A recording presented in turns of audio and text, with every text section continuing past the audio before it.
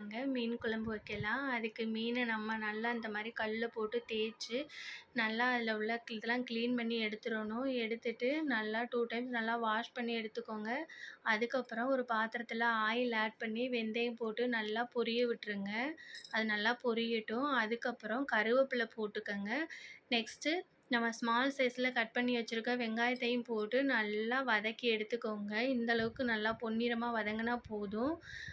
நம்ம பூண்டு நறுக்கி வச்சுருக்கோம் பார்த்தீங்களா, அதையும் இதில் ஆட் பண்ணிக்கோங்க. நெக்ஸ்ட்டு நம்ம ஸ்மால் சைஸில் கட் பண்ணி வச்சுருக்க தக்காளியையும் சேர்த்து நல்லா வதக்குங்க.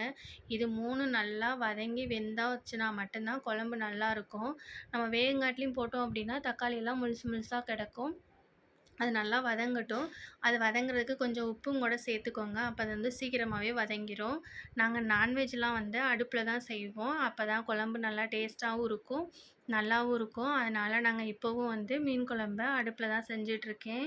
அதாவது விறகடுப்பில் செஞ்சுக்கிட்டு இருக்கேன் ஃப்ரெண்ட்ஸ். பாருங்கள், உங்களுக்கே தெரியும்னு நினைக்கிறேன். இந்த மாதிரி நல்லா வதக்கி எடுத்துக்கோங்க. பாருங்கள், நல்லா வெந்துருச்சு. இந்த அளவுக்கு வெந்தால் கூட போதும். அதுக்கப்புறம் நமக்கு காரத்துக்கு தேவையான அளவு மிளகாத்தூள் ஆட் பண்ணிக்கோங்க. இதுலேயே நல்லா கிண்டி விட்டுருங்க. பாருங்கள், பார்க்குறதுக்கே ரொம்ப நல்லா இருக்குல்ல. அப்போ மீன் குழம்பும் நல்லா டேஸ்ட்டாக இருக்கும். இந்த மாதிரி நல்லா கிண்டி விட்டுருங்க. அடி பிடிச்சிடாம பார்த்துக்கோங்க. நல்லா கிண்டி எடுத்துட்டு நம்ம கரைச்சி வச்சுருக்க புளி தண்ணியை எடுத்து அதில் ஆட் பண்ணிக்கோங்க. இந்த அளவுக்கு புளி இருந்தால் கூட போதும். நல்லா கிண்டி விட்டுட்டே இருக்கணும். அப்போ தான் அது அடிப்பிடிச்சிடாது. புளி தண்ணியை ஆட் பண்ணிக்கிட்டு உப்பு, புளி, காரம் இது 3யும் டேஸ்ட் பண்ணிக்கோங்க. இது 3மே நல்லா கரெக்டாக இருந்துச்சு அப்படின்னா ஒரு 20 நிமிஷம் நல்லா கொதி கிளம்பட்டும். அப்போ தான் அந்த தண்ணி வந்து நல்லா கொதி கிளம்பி அந்த தண்ணி நான் ஊற்றுனதை விட பகுதியளவு நல்லா குறைஞ்சிருக்கு தெரியுதா? இந்த மாதிரி கொதிஞ்சிருந்தா மட்டும்தான் மீன் குழம்பு ரொம்ப தண்ணியாக இருக்காது. ஓரளவுக்கு சாப்பிட்றதுக்கு நல்லாயிருக்கும். எப்பயுமே மீன் குழம்புக்கு வந்து புளி எப்படி நீங்கள் சேர்ப்பீங்கன்னு தெரியல. நாங்கள் வந்து மீனுக்கு தகுந்த மாதிரி குழம்புல வந்து புளி கொஞ்சம் அதிகமாக இருந்தால் மட்டும்தான் அந்த மீன் குழம்பு அந்த புளிக்கும் அந்த மீனுக்கும் சரியாக இருக்கும் அப்படின்னு நான் கொஞ்சம் புளி அதிகமாகவே நாங்கள் சேர்ப்போம். நீங்கள் எப்படி சேர்ப்பீங்க அப்படின்னு சொல்லி நமக்கு கமெண்ட்டில் சொல்லுங்கள் ஃப்ரெண்ட்ஸ். அதுக்கப்புறம் நல்லா கொதி வளர்ந்ததுக்கப்புறம் மீனை எடுத்து அந்த குழம்புல போட்டு நல்லா ஒரு மூடி போட்டு ஒரு 10 நிமிஷம் நல்லா வேகட்டும். பாருங்கள், நல்லா வெந்துருச்சு.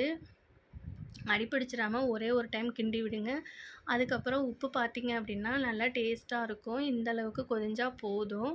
பாருங்கள், நானே குழம்புல எடுத்து பார்க்குறேன். நல்லா இருக்கா? இந்த அளவுக்கு வெந்துருச்சு நல்லா. மீன் குழம்பு ரெடி ஆயிடுச்சு ஃப்ரெண்ட்ஸ். நாங்கள் மீன் குழம்பு இப்படி தான் செய்வோம். நீங்கள் எப்படி மீன் குழம்பு செய்வீங்க அப்படின்னு கமெண்ட்டில் சொல்லுங்கள். எங்கள் மீன் குழம்பு நல்லா இருந்துச்சுனாலும் கமெண்ட்டில் சொல்லுங்கள் ஃப்ரெண்ட்ஸ். நெக்ஸ்ட் வீடியோவில் பார்ப்போம். தேங்க்யூ ஃபார் வாட்சிங்.